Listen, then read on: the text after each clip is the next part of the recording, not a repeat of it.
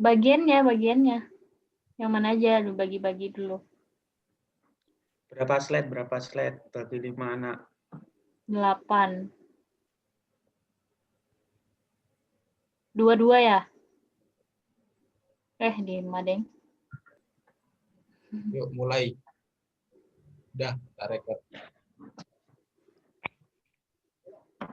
Baik, Assalamualaikum warahmatullahi wabarakatuh. Waalaikumsalam warahmatullahi wabarakatuh. Perkenalkan, kami dari kelompok 5, beranggotakan saya sendiri, Siti Mariatin, ada EF Saifullah Fatah, ada Mirna Febi Alfisya, ada Khairunisa Al-Fatim, dan juga Abdillah Faisal. Kami menganalisis 9P pada pemasaran minyak kelapa sawit di PT Karisma. Next. Ada perbedaan dan persamaan karakteristik produk pertanian dan jasa. Perbedaan produk pertanian. Untuk produk pertanian, tidak tahan lama, memakan tempat, memiliki wujud atau ada wujudnya, kemudian melalui proses pengolahan. Sedangkan pada jasa, tahan lama, tidak memakan tempat, tidak ada wujudnya, tidak memerlukan proses pengolahan. Untuk persamaannya sendiri, produk pertanian itu beragam jenisnya, dan pada jasa juga beragam jenisnya. Next. Yang pertama adalah produk komoditi utama yang dikelola dan dipasarkan oleh PT KPBN meliputi minyak kelapa sawit atau CPO, karet, latex, kopi, coklat, gula tetes, dan tembakau yang dipasarkan di dalam negeri maupun luar negeri. Produk minyak kelapa sawit yang dihasilkan sebagian besar dalam bentuk CPO, sisanya dalam bentuk roasting, RBD oilen, palm kernel oil, palm kernel fatty acid, dan lain sebagainya. Yang kedua ada harga atau price. Harga rata-rata tender CPO lokal minyak sawit pada tahun 2006 tercatat sebesar Rp4.138 per setiap kilonya. Dan pada tahun 2007 meningkat menjadi Rp6.802 per kilo. Peningkatan terus terjadi sampai 2008 menjadi Rp7.875 per kilo. Sementara pada 2009 turun menjadi Rp7.167 per kilo.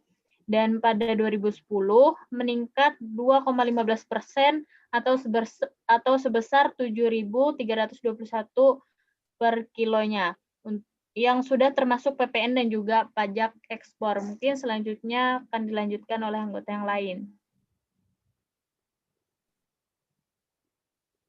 Selanjutnya, place atau distribusi.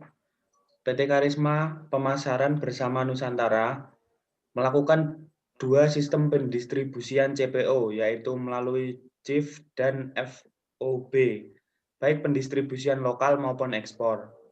FOB atau free on board artinya pihak eksportir hanya bertanggung jawab sampai barang berada di atas kapal atau vessel.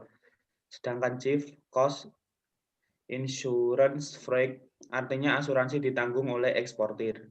Pendistribusian ekspor CPO yang dilakukan oleh PT KPBN adalah dengan sistem FOB Belawan atau Dumai. Sedangkan sistem atau cara pendistribusian CPO lokal dilakukan sesuai kesepakatan bersama antara pembeli lokal dan PT KPBN. Sedangkan harga yang sudah termasuk pajak ekspor untuk CPO ekspor dan PPN 10% untuk CPO lokal. Untuk selanjutnya promotion atau promosi.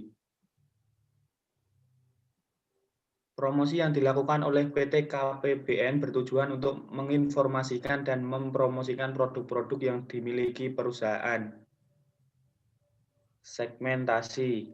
Adapun kegiatan promosi yang pernah dan rutin dilakukan oleh perusahaan adalah sebagai berikut. Yang pertama, pameran dalam negeri, seperti pameran produk-produk ekspor, agro dan food expo, dan agrikultural dan natural resource expo. Yang kedua, pameran luar negeri yang pernah diikuti perusahaan antara lain Belanda, Prancis, Saudi Arabia, Dubai, Shanghai, Beijing, dan Moskow. Untuk yang ketiga adalah sponsorship. Seminar dan conference komoditi internasional di Jakarta, Bali, Kuala Lumpur, dan juga penerbitan buku dan majalah. Selanjutnya akan dilanjutkan oleh anggota yang lain.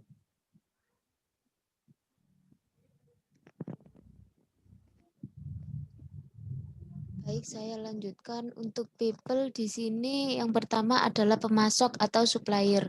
Produk-produk yang dipasarkan oleh PT Karisma adalah produk yang berasal dari PT PNI, PT PN X1V, yaitu meliputi minyak kelapa sawit atau CPO, karet, lateks, kopi, coklat, gula tetes, dan tembakau. Adapun PT PN yang menjadi produsen dan sekaligus pemasok produk CPO atau minyak kelapa sawit kepada PT. Yang kedua adalah pelanggan atau konsumen. Penjualan sebagian besar produk minyak kelapa sawit ditunjukkan untuk memenuhi kebutuhan dalam negeri dengan 3 pelanggan terbesar meliputi yang pertama PT Multimas Nabati Asahan dengan volume pembelian sebesar 21,3%. Yang kedua PT Musimas sebesar 11,6%. Dan yang ketiga PT Wilmar Nabati Indonesia sebesar 14,5%. Dan yang ketiga adalah perusahaan pesaing. PT Karisma selaku perusahaan dalam menjalankan pemasarannya dengan perusahaan-perusahaan yang mengusahakan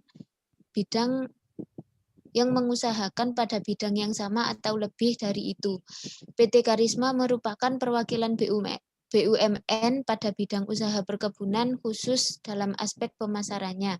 Oleh karena itu, pesaing datang dari pihak atau perusahaan swasta yang menjalankan kegiatannya pada usaha atau bisnis yang sejenis. Di sini untuk physical evidence, lokasinya dan tampilan produk sudah tertera pada PPT sekaligus office atau kantornya yang dialamatkan di Jalan Cut Meutia nomor 11 RT 10 RW 5 di Cikini, Jakarta. Untuk selanjutnya bisa dilanjutkan oleh anggota lainnya.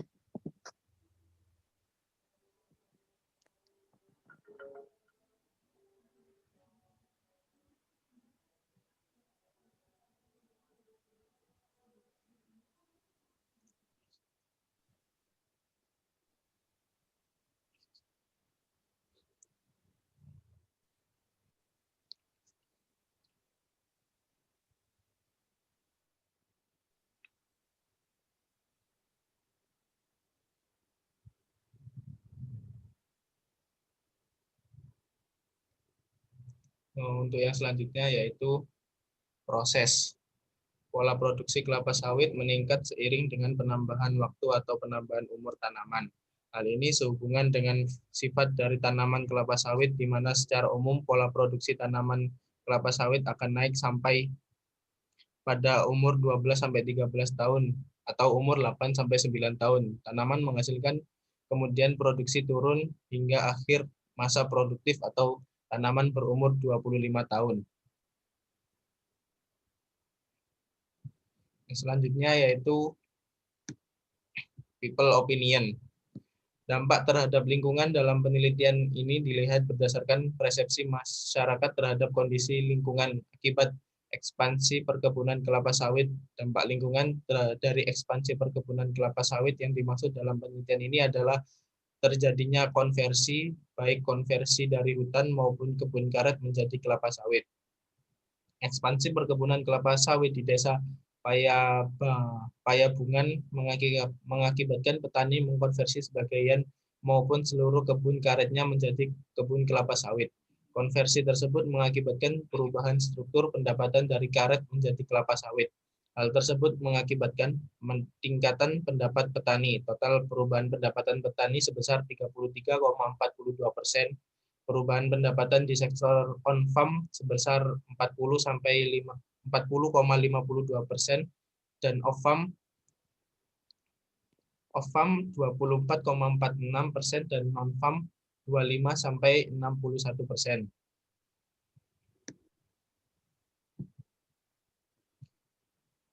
Yang selanjutnya dan yang terakhir adalah political power. Perusahaan ini melakukan ekspor-impor produk minyak kelapa sawit yang berpotensi meningkatkan pendapatan perusahaan dan pendapatan negara. Hal ini merupakan kemampuan perusahaan berpartisipasi politik nasional maupun internasional. Sekian dari kelompok kami, kurang lebihnya mohon maaf. Assalamualaikum warahmatullahi wabarakatuh.